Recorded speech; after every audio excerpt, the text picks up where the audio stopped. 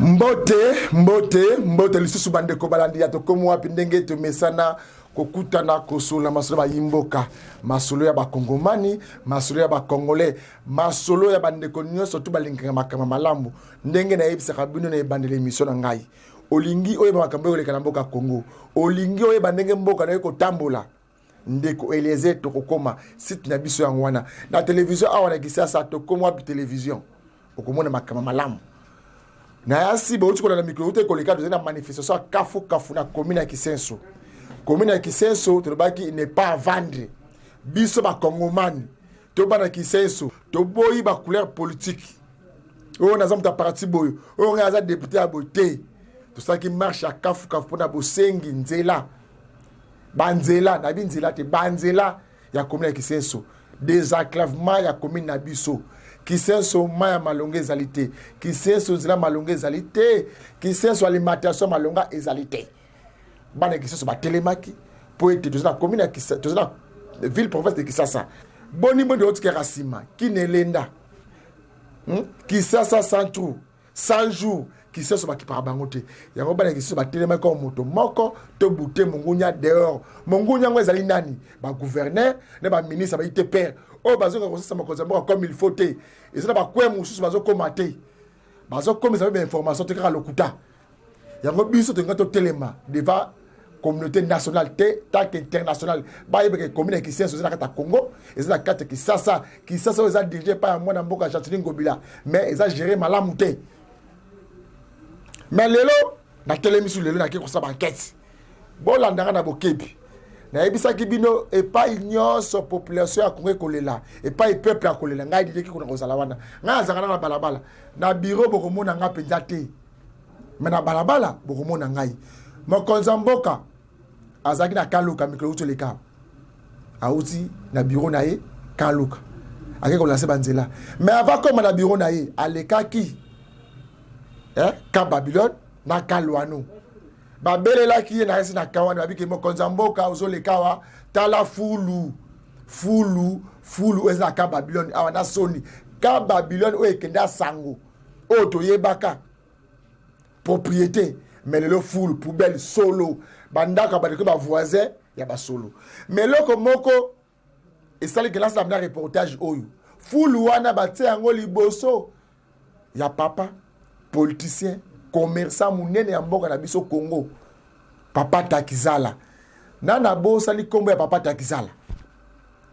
yo zui sur beaucoup mais ça son ministre provincial oyo zui place oyo ba kotaka ba fulu ya commune oyo te liboso ya ndako to ya résidence ya notable munene le Papa Takizala quel moteur mabe quelle méchanceté.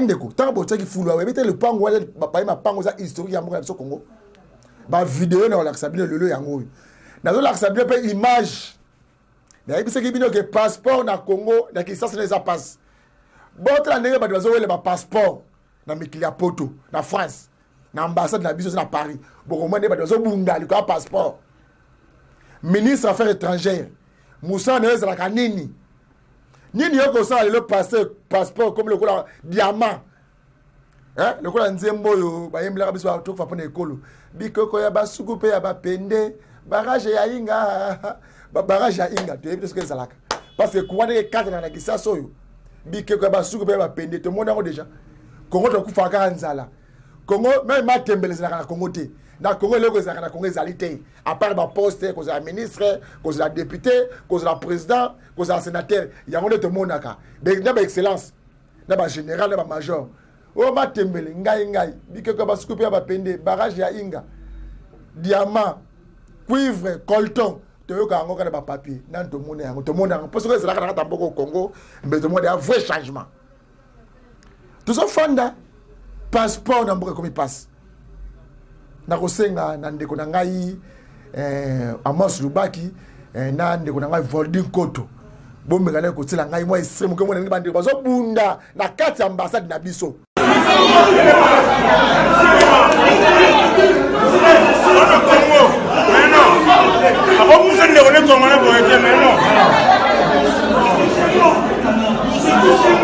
image bozo mona wana na kati ambassade na biso soni oyo wapi na mboka bapaya likola passeport bande bazobunda passeport on va payer ça moins 0 eza lokola ba $10 ba $5 mais awa ezaka ba 100 150 tande bande bazowele na kata ambassade na biso akay ya malonga ezalité lelo to robeta lisolo ya caisse nationale de sécurité sociale CNSS ndenge babengani batu na ndenge ya loyenge babengani batu do mokonza fani na ye yo moko na zo directeur AI monsieur Jean-Simon Fouti Kiakou aza directeur AI mais asali mukanda o a révoqué agent wapi na bureau ici na bureau ici bureau wana territoire wana mobimba na province na ici wana bakoko zala na ba siège ata soki combien baza na 2 agents plus de 40 agents baza libanda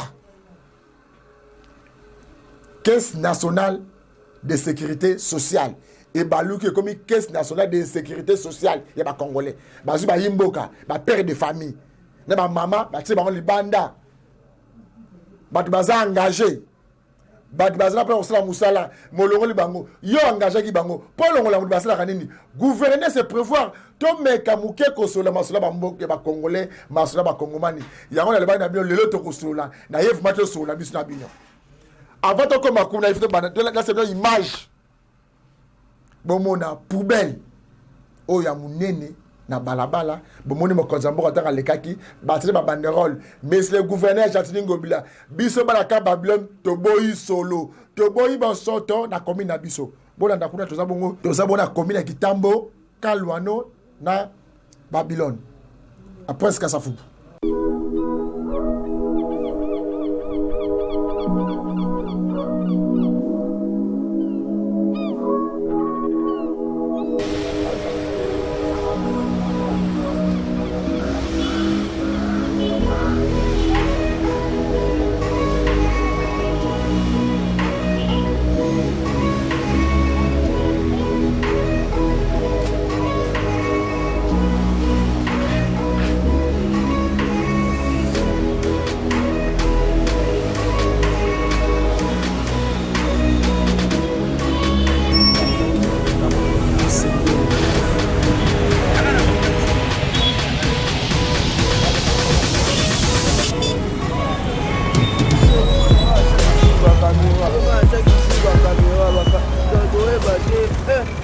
Oui, bande ko balandito kiti awa na commune ya Kitambo.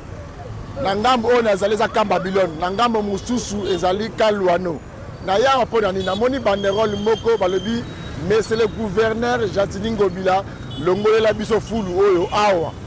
Na place fulu oyo ezali na sima nango eza bandaku ya batu. Na yebite yango na toute la question na mboka oyo. La plupart ba déjà mboka oyo fale na mikili ya poto. Poto yango oyo bozwa kuna boko la sango ate.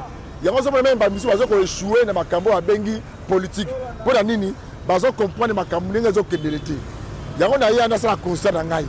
Est-ce que fulu au place ezali na sima nango bandaka bato ezato ezali te. Gouverner c'est prévoir. Bande ko nanga to bi batela. Bozona ba nyos baza awa bazana ba kashine. Mais ngai comme le baki place nyos ba kotanga kombo ya peuple congolais. Peuple a ko souffrir. Ngana ko zala wana nene ko tambula. Na lu comme information ni zoleka awa na kata fulu. Côté papa. Bonne santé. Santé da calme. Ah to ça. Ah toi na Kitambo. Kitambo précisément place ni. Kitambo Bangala. Est-ce que fulu oyo nana peso to so fulu ezala.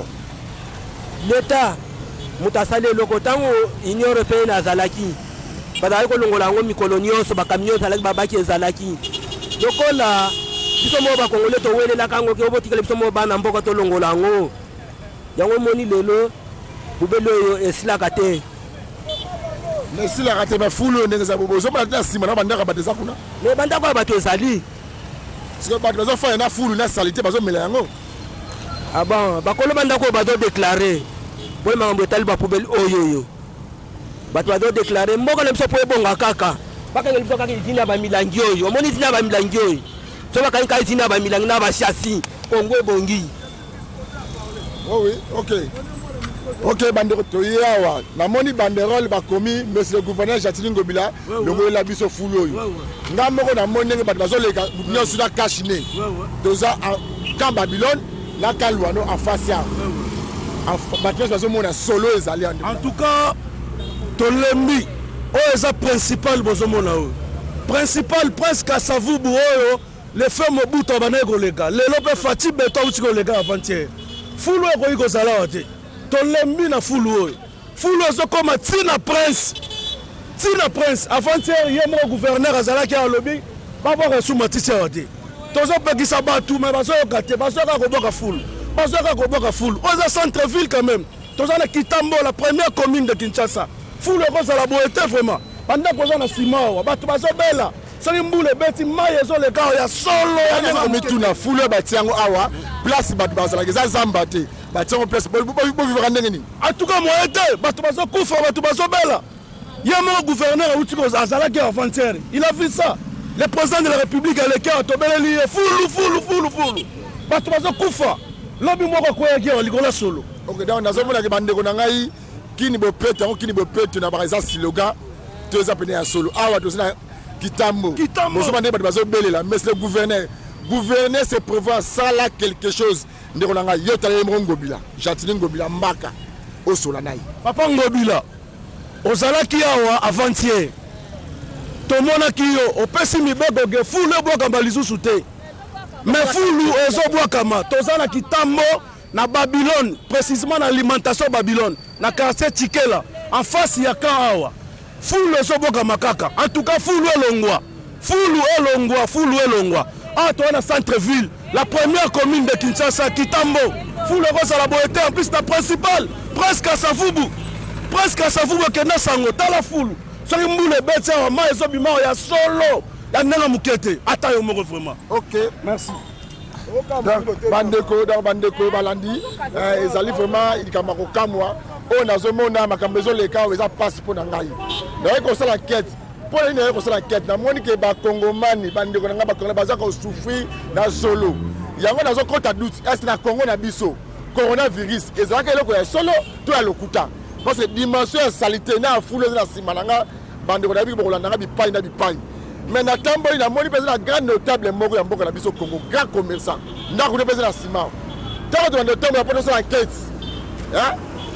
ese bakomona solo eza awa na kati tala soni oyo bozokisa république na biso na soni tokotambola tozwa réaction ya population na solo oyo oyi mbote ndeko na nga mbote ndeko poni santé kimi ezali toza awa na ka Babylone namoni banderole bakomi gouverneur Jatini Ngobila longola biso fulu awa namoni fulu oyo ndenge ezali entouré na bandako bato bazoleka awa bazokanga soki aza loboko tatie kashine namoni oza koleka awa ntango omoni eloko boye esali yo ndenge nini esali nga bien te mpo oyo eza nde maladi nde yango oyo surtout soki mbula ebeti bamai moko ezobima awa solo ya kosakana te epuis bangusu ezobima ti pembeni ya bandako ya bato epuis meme nsima na ngai awa honorable député moko awuti kutu kodeménager awa mpo na solo ngamona moda solo yango nalingi osala message moko parce que kini bopeto moto akogere yango eza gouverneur ya ville de Kisasa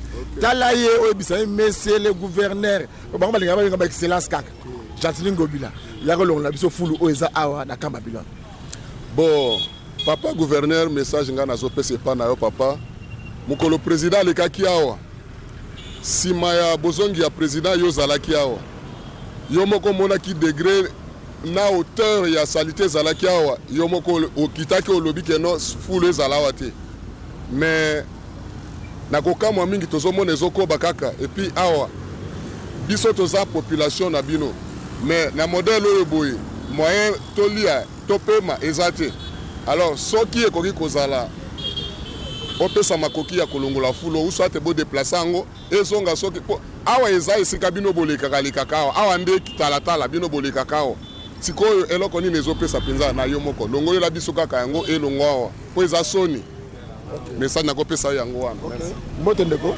mbote papa nga moyena soleleta ndotala moyo eloko moke ezalaki mwa baloni bazobwaka mwa salite awa bon tosengaka gouverneur ya longola biloko gouverneur ya longola papa gouverneur ya longola biloko oyo bayeba ndenge badégage yango ezombrie makasi solo wana bovivaka na solo bongo ese na congo mpe coronavirus ezalaka ka coronavirus ezalaka te mais lelo problème sérieux solo bozovivre bovivaka ndenge nini moye kosala eza tozosala il faut kachine sans kachine eza problème talaka bato bazoteka bazomela bati bazolamba barestaurant elenge eza te solo eleki na bien époque fulu ezaki pena boye te na bandako pena boye ezalaki te ezaki nini place toza mai ezokota ezobima ya solo erope ya zwa mai oyo ekokule te ekite na se on sait jamais lelo oyo mpona bino pesa message na gouverneur gouverneur abongisela biso awa fulu oyo batika biso moi quelque part awa toza étouffé eza principal biloko olia toliaka tifoide eza wapi maladi nyonso opesa banani bamettre na ngai eza babar omoni congo na congo de mesila kobenga yango na saba nzete babar bamalewa ezali mais fulu mpe alobi ngai eyo ntango ozolia malewa ozomela masanga nasola fulu na libumu ozosala nini bombe to nini ozosala nayebi te bandeko na ngai ozomela masanga pembeni wana solo ozolia malewa pembeni wana moyen ya korespire eza te mais ozolia kaka ntango ozolia komela na ndeko na ngai gouverner se pouvoir tozokomprendre mboka biso okende wapi naozo baréaction na ya bato bafandi pembeni na bandako oyo nakokende so bandako balivaka ndenge nini napesi bino nano merci mpo na présence na bino na 4-4 mesiko mpe en tout cas toanda kozela bino koya na bino na kati ezali solution mpo na place oyo mpe boye pamba te sene botransmettre message oyo na gouverneur ya gouverneur Ngobila botala pakal tokomi wana biso bana kitambo toboyi fulu place oyo nalandi lelo na télévision namoni premier ministre azokende kohonore sika Lumumba azali acrée eloko mo statut moko ya kitoko mpona Lumumba biso awa voisin ya fulu ezali ancien ministre nani Takizala bakamati liboso ya bazohonore na fulu Ngobila azohonore Takizala na fulu eza normal te papa balongola biso fulu biso toyebi awa ancien bourgmestre ya Kitambo alonela so fleur place nani komo na nasi nani lito tengelito alonela so ba fleur en tout cas akangaki place atiaki bari atika blokaki yango mpenda bloqué yango maintenant na fongoli ezonga suboyi oyo aye sikoyo na bato na bangobila bafungoli so fulu c'est pas normal toko vivre ndenge nini santé na biso kolia na biso tozolia te tozolala te c'est pas normal bos transmettre message na so batongola sauver monument ka batonga na limité baloni ba fleur monument ya papa na Takizala ba monument ya Takizala ne baloni na limité ake dolonga so fulu monsieur mbote mama mbote papa Didi oyo tomoni bino awa tomoni ndenge bino ba voisin ya fulu na banderole bokomi Gentili Ngobila longola biso fulu oyo awa est-ce que message bokomi et comme déjà pas Ngobila tu n'as noté. Bon, en tout cas, message autocomi, je ne pense pas écomi, mais ekokoma parce que eza nzela na bango principal balekaka chaque jour. Oh, penza eza nzela ya ba autorité nyonso balekaka. Voire même yé moko président, je crois samedi passé akendaki ko poser premier pierre na Kaluka. Alekaki awa, les gens ont déclaré et quelques minutes après a bengi gouverneur, le gouverneur ayaki.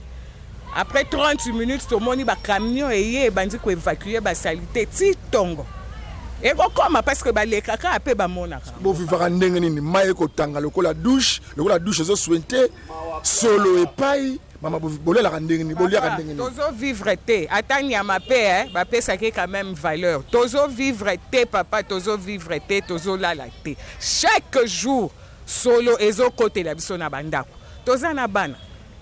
Bakoko ke la biso mawate autorité nini vraiment ko linga liboso ndako ne azana bana azana famille à vivre na ba situation biso tozo vivre mboko boyebi ba courant air moko ekendaka okoroyo ba non vanda veranda na bana bozwa mupepe moyen exacté soki courir kei boza enfermé na kati ndako il faut bokanga ba fenêtre ça c'est quelle condition maman na uti ko sala micro balader na kuna na makadam ndeko moko a soulevé le mot très important le que à 0 mètre awa ezina lupango ya politicien commerçant mutu munene ya mboka na biso Congo tatutanga ba syndicat do tatutanga ba dokolo tozomona Takizala babi pana eza 0 mètre kutu pona ba bazosenga batunga pe monument ya Takizala le pont ya Takizala eza 0 mètre na solo oui ba honorer na solo te parce que parmi ba politiciens ba travailler ki na ye papa mutu moko ko linga te bo ba salela e biloko ba sali liboso ndako ekoki kosalama te ata moko te akoki kolinga basituation oyo.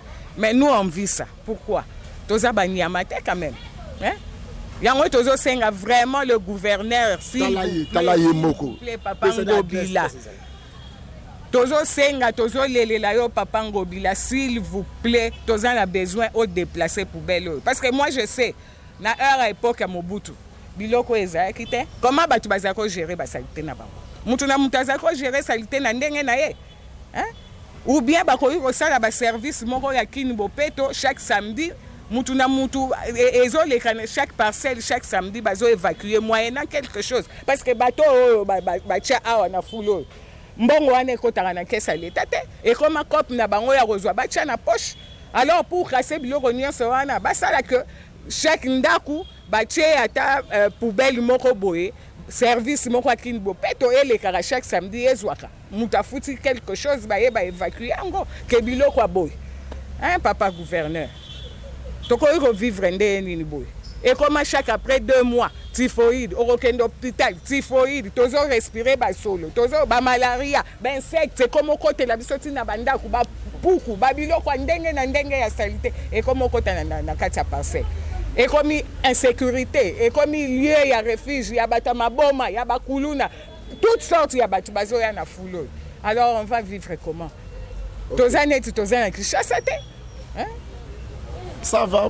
Mbote maman. Mbote papa nanga. Tu veux que bien boza ba voisin, on le boza la voisin, il y a député, voisin excellence, voisin monsieur le gouverneur, boza ba voisin, il y a foulou. Réaction na bino, na ba H bokomi nango. Papa, réaction na biso koza ya malamu te. Boluka moyen, boya kolongola biso foulou yo. Tozo pe mate, tala na ba salon, tu fongola ka ba fenêtre te. Moyo zo pe ata mopa ye kotala yo, komi soni. Hein?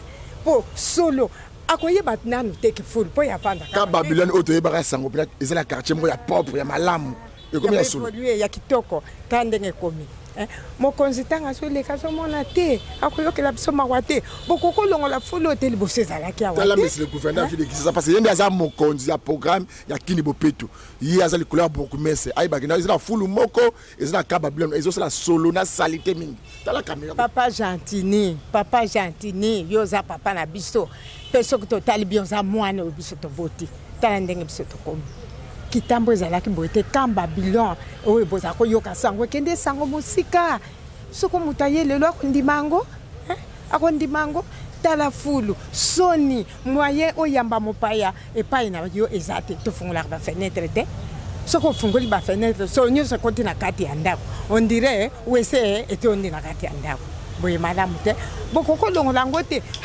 fulu oyo ezalaka kala na esika yango ezalaka lelo esika ngona monaka mokomuso komona ngo bati soki bamalewa mokomuso komona etikali polele bokozwa solution te ata esika ngo wana otozolo ba wane kozala pe wana te po ezali nzela bakonzi bazoleka ezalaka entre croisement ya nini Kasavubu na Bangala kala lero wana population ezaka mingi pendate mais lelo population comme mingi bakonzi nzela musuba koleka ezate kaka baleka wana solo wana papa ezo pesa biso soni kini bopeto bosala tout boya kolongola boya kolongola ezana bisika ebele kuna na banzela ntsele kuna place ezali bokoki kolongola ngo bokoki obwaka ngo nanu musika kuna lokola nanu bato bazwi bamapangu te ezala kuna bongo boluka solution soit bokotumba to bokosala ngo ndenge. Merci maman. Merci.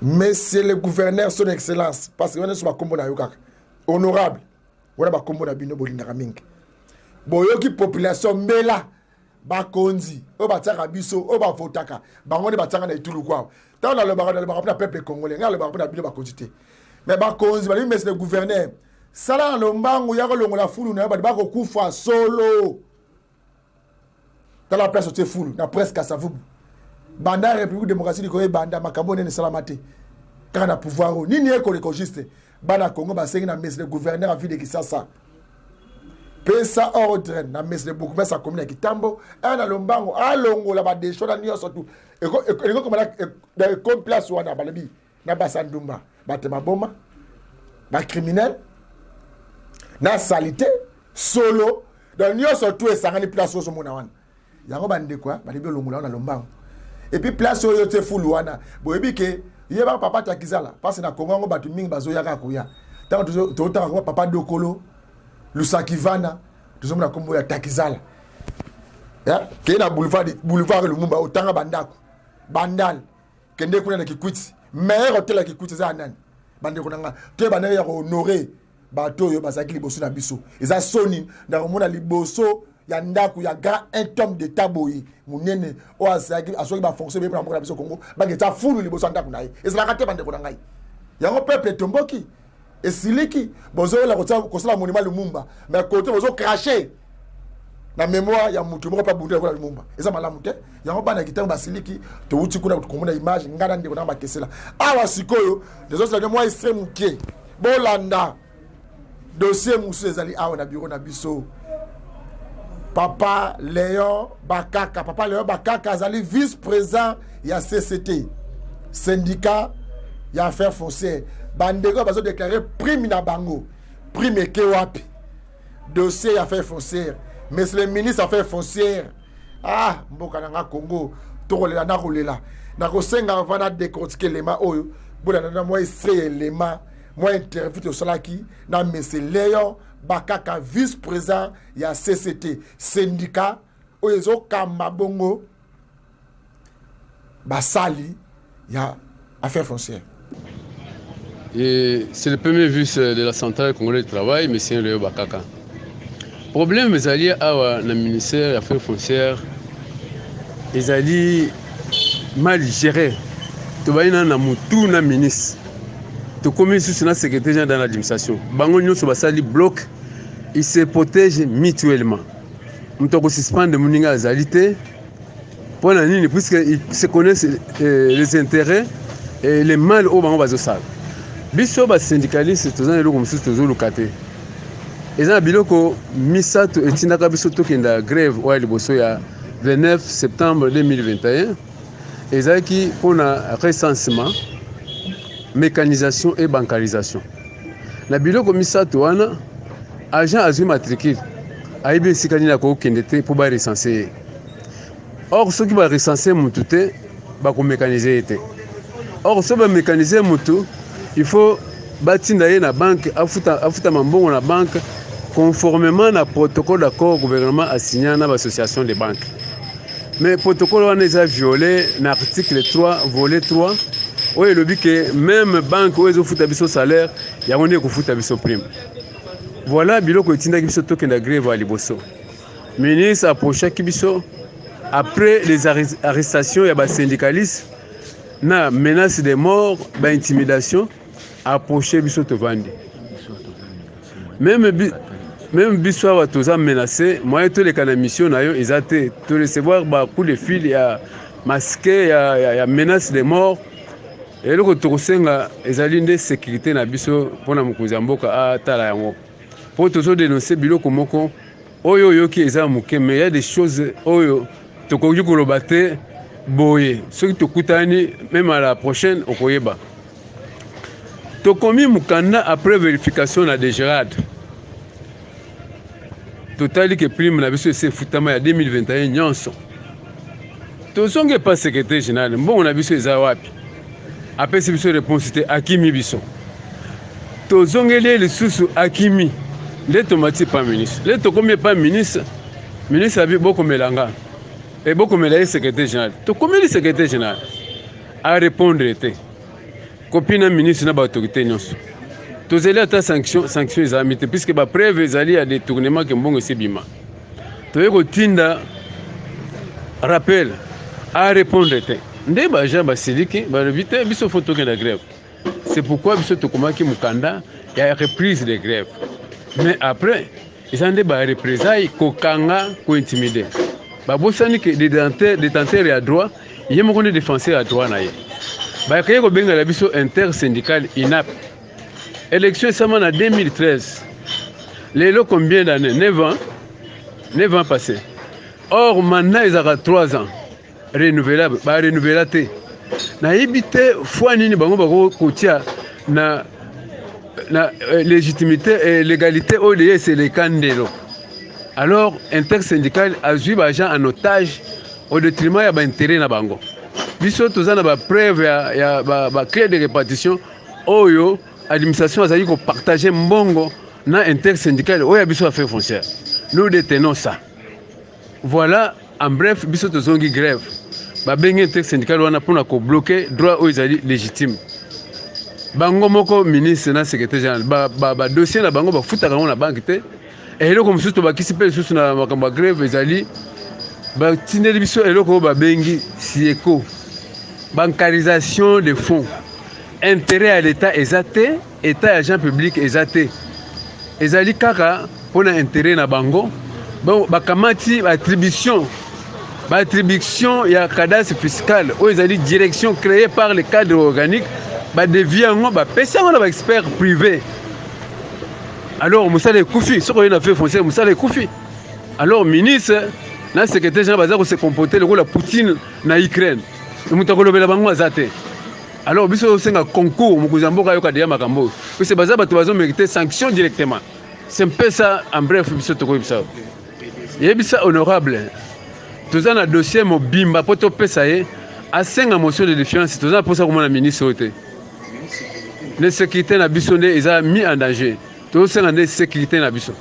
Ngaite boyine de kalobia bimbongo ebima na ba preuve de paiement to bazana yango ke mbongo ebimi po na bango mais mbongo ebi po na eza destiné wapi makambo toza batina mboka au Congo to kaka muta yibi 57 millions yo moko 57 millions yibi yango mais route qui se peut songa 2 millions qui ça me peut bonga esa sur 27 millions mais yo moko o yibi 57 millions de dollars awa ba syndicaliste o Léon Bokaka, alebi que mi solo ezaki prévu pour ba agent.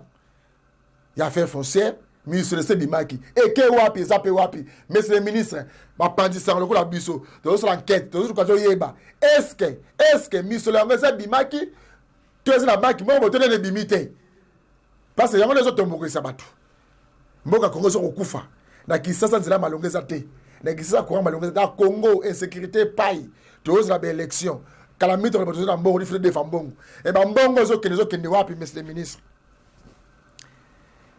Makambu Léon Bakaka vice-président ya ba agent ya fait foncière à lobby awa sikoyo na ba service nyonso tout na ba province na Kisasa ba Congo Sankuru bango nyonso ba côté la grève ministre affaires foncières pour na ba prime aux aki prévu pour ba agent na yo est-ce au kende nango wapi ba image juste la binowana ba bureau ya affaires foncières ya République démocratique économique okanga pour être ministre titulaire ba raison reconnaître ba to ba sala kambongo wana te ya ngwa ba komiko okanga ba image bozo mona wana merci bandeko balandi ato komo ape awa sikoyo to komo muke to chite bango na suka bon mona makambo zo kana mboka na biso makamba pasi pe soni na mboka na biso Congo tozo fanda toza awa ngana yebisa kabino bandakala ngana za pour le peuple congolais na conserver peuple congolais parce que na mboka Congo classe ya batumo carbone ba se retrouvaka ba sénateur ba ministre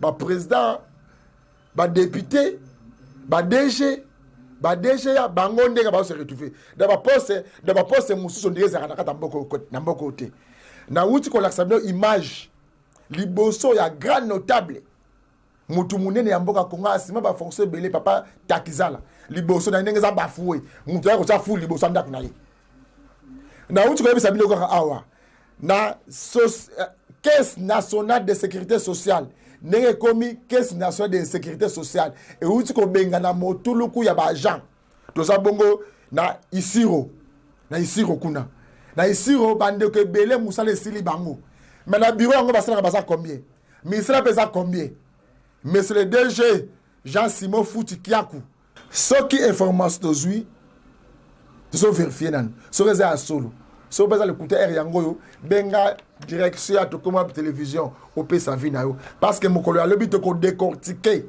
makambo to yoki pour la caisse nationale de sécurité sociale ya mboka Congo mboka na ngai makambo ezo le kakuna na ministère ya affaires foncières to ti pe ko sola yango bande comme so baza en cavale bako banga bako kima bazo lukama na bato yo balongo banité neti ndeko na biso Léon Bakaka vice-président ya syndicat babenga CCT akokima azo batako la place au temps toute place nini mais boyoki pe interview na ye eza makambo ya misolo ya prime ya baja ya fin foncière mbongo eza wapi bosola na bana mboka bosola ba imboka soko boyi biso ba pasisa ko toza wana to landa maka pe na mboko Kongo to ye wana oyebisi biso ke misolo eza na banki boyi bo pesa biso délai awa ba bureau nyonso to ya fait foncier ya Congo bakokanga osa musani na oti poko na sabino makambo oyo ambassade na biso manque ba passeport rapidité ba passeport ezalité o soki papier moko ezangi o soki loko moko ezangi ko na mboka France bato bakomi kobunda likwa passeport bitumba makofi akaya malonga ezalité ambassade ngo existe close existe raté on dirait bato ya bato raté bato bakomi kobunda likwa passeport na ambassade na biso na France ba image bozo mona wana soni o wapi bon que ça soni na mboka na biso au Congo si libanda mboka gouverner c'est prévoir ba kozibo rolanda ngai musa na bino zanini boss ngape mutango o akanisa ki un jour asala arrêté ale ba ke ministre boyi mutu kingani ministre be mutu kingani boss ngaye awa bino bozo ba riche na mboka ba Congo ti ba poste bozo ya ministériel pote ba congolais bazali soki ba congolais bazala kite bozo ba poste wana na uti ko laksa bino lisusu awa kaka na lelo mukolo mwa lelo uti ko loba na ko laksa ba image bomo ya ndenge mboka Congo tuzo kene na voix moko ya malamu telongo balite ya nazo senga na ba congolais botelema lisusu encore pour na mboka na bino Congo na ba moko na unité neto kokele liboso parce que monguni aza musika te monguni ya congolais za congolais muto ke ko sa fulu liboso ya gars notable mutu moni na sema force na mboka na biso Congo papa takizala mudata fulu aza na congolais muto abengani ba congolais kuna na caisse nationale de sécurité sociale na CNSS o abengani ba congolais abusivement bana Congo batika misala baza ba père de famille kala tete na famille ba futa na banda bana bango ba kotanga ndenge nini congolais motoyo azo lukisa ndeko na biso Léon Bakaka vice-président ya syndicat CCCT azana ni congolais da ba congolais nde ba koyoka na te image oyo ndato tika pa ndeko na biso ya ngwana non na unité na bolingo nete ko mboka na biso liboso ya tozo senga na bolingo unité bandeko na to linga mboka